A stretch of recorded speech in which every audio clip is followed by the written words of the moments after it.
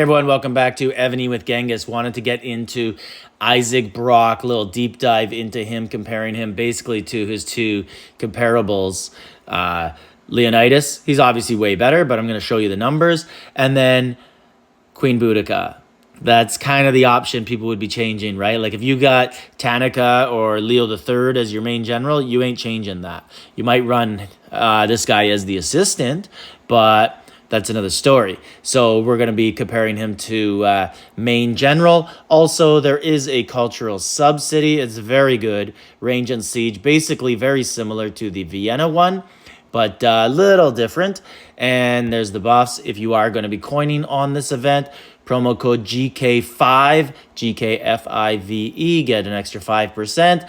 And that is with Aptoide, obviously. So anyways, let's get into it. So first thing, I guess we can look at who he is. So this is Isaac Brock. He is great.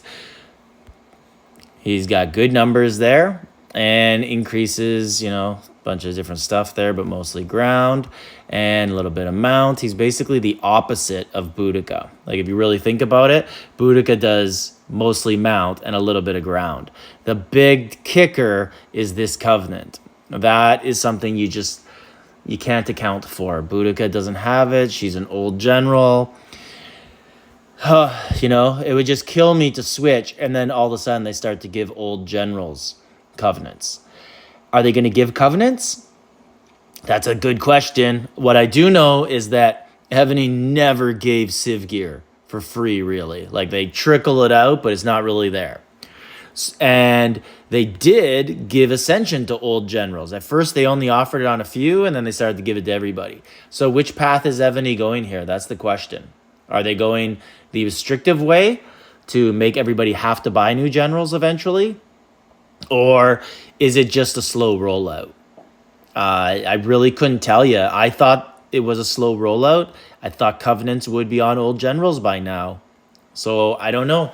That could have been something that should have been asked in the developer call to ask them that idea on it. I don't know if they would have told us or not, or if they even have a plan. Maybe they're waiting to see how revenue goes, and this is like the cherry on top little kicker they'll throw in and add covenants if revenue's down. If it's up, you're like, you guys can wait. Anyways, let's look at the first chart. So this is from Caesar in my Discord. You want to join my Discord? Link to do so is in the description to the video. And this is a Leonitis and Leo and Isaac Brock comparison. And Isaac over Leo. So at the bottom, we can just look at Isaac and Leo, because really that's all that matters, right? So all troop attack, they're equal. All troop attack in city and all HP in city. So Isaac is better than Leo. Ground attack, looks like Leo's winning that by 40%. But then he's getting smashed on ground attack in city, and then all this other stuff. Like if you just look at all this stuff, he's just crushing him. Like Isaac is coming out ahead on all that. And we care mostly about in-city stuff. So Leo gets a little bit on range in-city. He's winning basically nothing else. This is just a flat-out slaughter.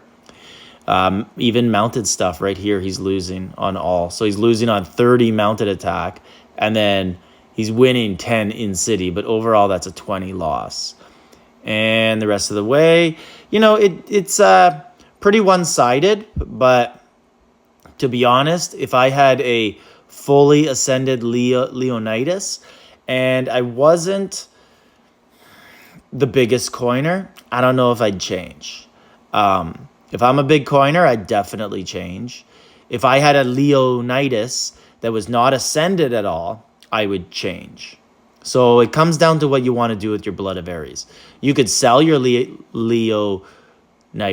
Always so hard to say that when you're talking about the two generals, Leo III and Leonitis.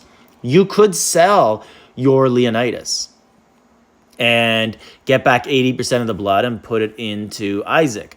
But the problem you're going to run into if you do that is right here. So when you go to upgrade, you need a certain amount of generals that are, right, ascended to 10 stars.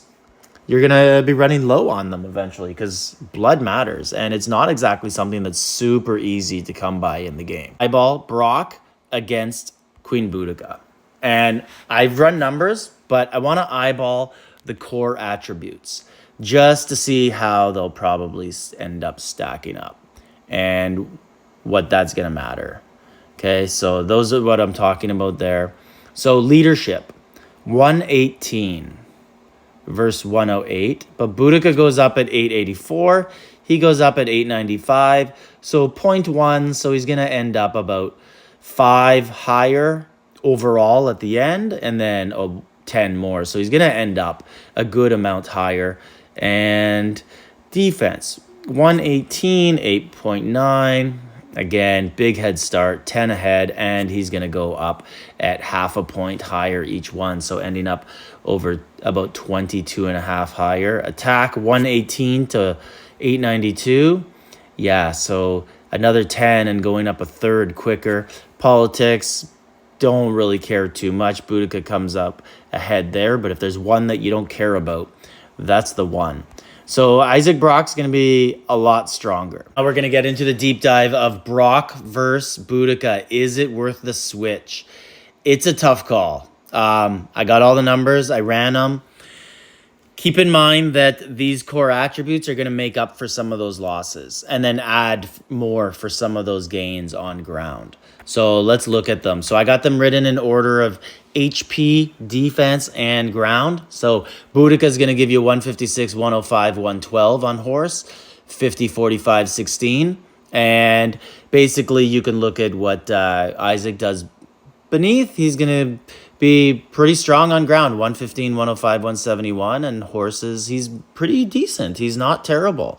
So what do you get here? This is the key thing to look at here is this is the difference on horses and this is the difference on ground. So if you go with Isaac Brock over Boudica, you're going to get 65 more HP, 60 more ground defense, and a whopping 145 more ground attack.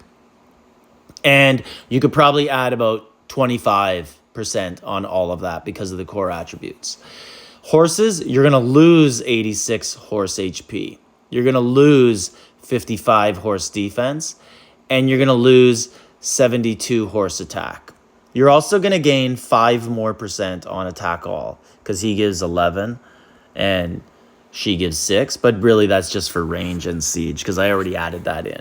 But you are going to gain 80% more buffs on both range and siege, 40-40 for defense, HP on both. So what am I going to end up doing here? I'm actually leaning towards making the switch. I wasn't going to. Looking at these numbers look like a wash. It doesn't really seem like it. But when I switched with Marcus from Simeon and Hyundai and all those other switches, there was just something unexplained. And the stats were so much higher. And that was the advice I got. I couldn't understand it. I was like, why is my siege attack stuck at like 2,600? And someone's like, dude, you got to get the new generals. There's something, we just have no idea how this works. The numbers don't make sense at all. But all of us are getting 200 or 300 higher in everything. So I'm just going to trust that and think that Evony has something behind the scenes. I have no proof of this. No one does, but they seem to be performing better. And I think I'm going to make the switch. And I'm going to let you guys know how it goes. And I'll compare some of my stats in Battlefield. And we'll go with that. So anyways, let me know what you guys are doing with this. And like, subscribe, leave a comment.